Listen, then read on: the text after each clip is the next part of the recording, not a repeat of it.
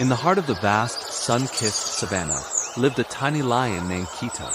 Now Kito was brave in most things. He'd chase mischievous monkeys up baobab trees and play tag with speedy gazelles. But there was one thing, just one, that made his little heart tremble and his whiskers twitch with fear, roaring. The very thought of it sent shivers down his spine.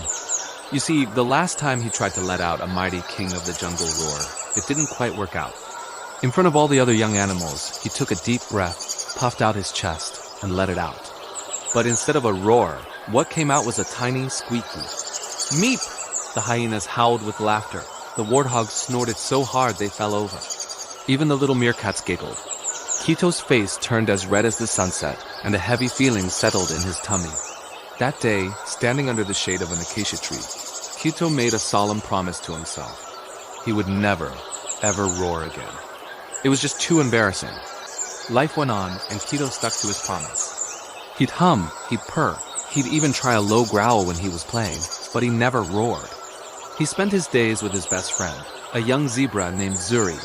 Zuri had the most wonderful black and white stripes and a laugh that sounded like tinkling bells. They were an odd pair, a lion and a zebra, but they were inseparable.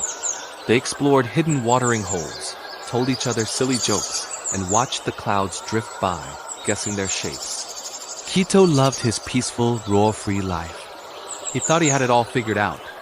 But the savannah is a place of surprises, and one sunny afternoon, their peaceful world was shattered by a sound that made Kito's blood run cold.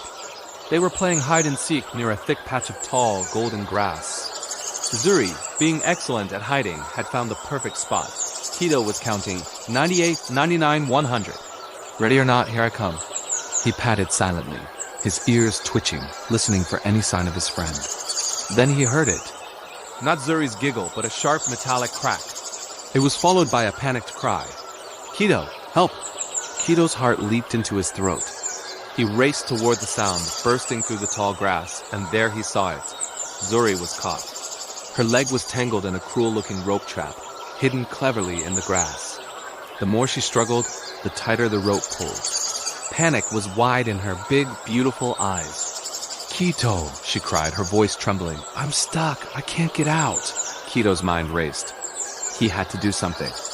He immediately sprang into action, his fear for his friend overpowering everything else. First, he tried biting the rope. He clamped his jaws around the thick, coarse fibers and pulled with all his might, but it was no use. The rope was too thick, too strong. His baby teeth just couldn't cut through it. He shook his head, spitting out frayed strands. It's too thick. He panted. Okay, plan B. He started digging furiously around the stake that held the trap in the ground. Dirt flew everywhere as his paws worked like tiny shovels. He dug and dug until his claws were sore and caked with earth, but the stake was driven deep into the hard, dry ground. It wouldn't budge, not even a millimeter. Zuri was still trapped, and her frightened whimpers were breaking his heart. Just as a wave of despair washed over Kito, he heard a new sound. A sound that was far more terrifying than any trap. Thump, thump, thump. Heavy footsteps. Human boots. And they were getting closer. Kito froze, his ears flat against his head. He knew what that sound meant. Hunters. They were the reason for the trap. They were coming for Zuri. The thumping grew louder, closer. Thump, thump, thump. They were just on the other side of the tall grass. Kito could almost smell the danger. His whole body trembled. He wanted to run, to hide, to disappear. Every instinct screamed at him to save himself. But then he looked at Zuri, at her terrified, pleading eyes. He couldn't leave her. He just couldn't. In that moment of pure terror, a voice echoed in his mind. It was his father's voice, from a lesson long ago. Kito, my son, his father had said, his deep voice calm and steady. Fear is a part of life. It's a warning, a signal. It tells you to be careful. But it is not a stop sign. Fear is a warning, not a stop sign. The words resonated deep within him. He was scared, terrified, actually. His legs felt like jelly, and his heart was hammering against his ribs like a drum. But Zuri needed him. He was her only hope. He had to do something. He had to be brave. But what could a tiny, squeaky lion do against hunters? There was only one thing he hadn't tried. The one thing he swore he'd never do again. He had to roar. Closing his eyes, Kito took a shaky breath. He pushed past the memory of the laughter, the embarrassment. This wasn't about him. This was about Zuri. He opened his mouth and tried. A small, pathetic sound came out, barely a whisper. It was weak, pitiful. The boots were closer now. He could hear the rustle of the grass as they pushed through it. He had to be louder.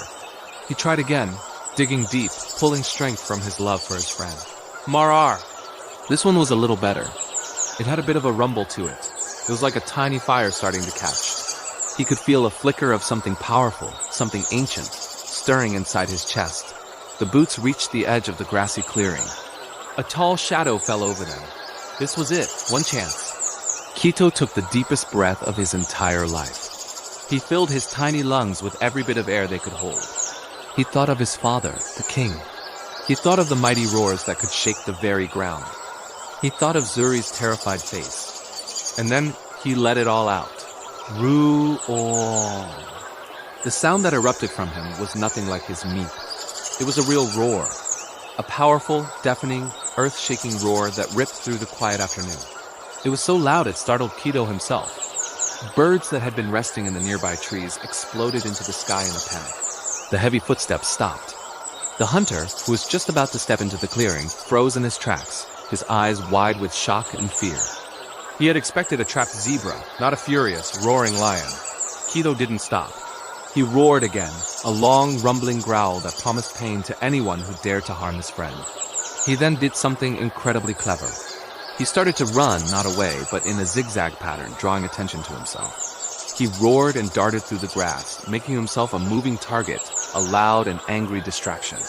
He was pulling the danger away from the trapped and helpless Zuri. The hunter, confused and now genuinely scared, believing a fully grown lion was on the attack, slowly began to back away. Kito kept up his charade, roaring and charging and making as much noise as he possibly can. He was so loud that his roars carried across the savannah, and help did arrive. His father and the rest of the pride, hearing the roars of a lion in distress, came charging over the hill. When they saw the hunter, they let out a unified, thunderous roar that sent the man running for his life, dropping his gear as he fled.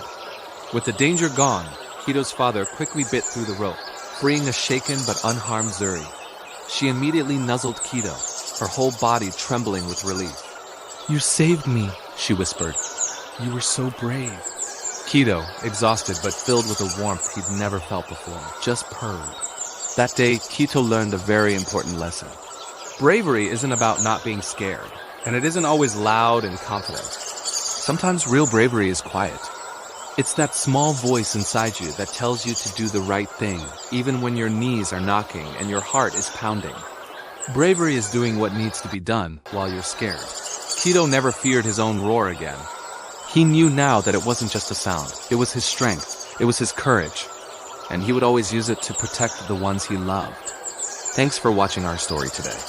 We hope it inspired you to find the lion's roar inside yourself, especially when things get tough. If you enjoyed Kito's journey, please give this video a thumbs up. And don't forget to subscribe to our channel for more inspiring stories. Hit that notification bell so you never miss an update. We'll see you in the next video.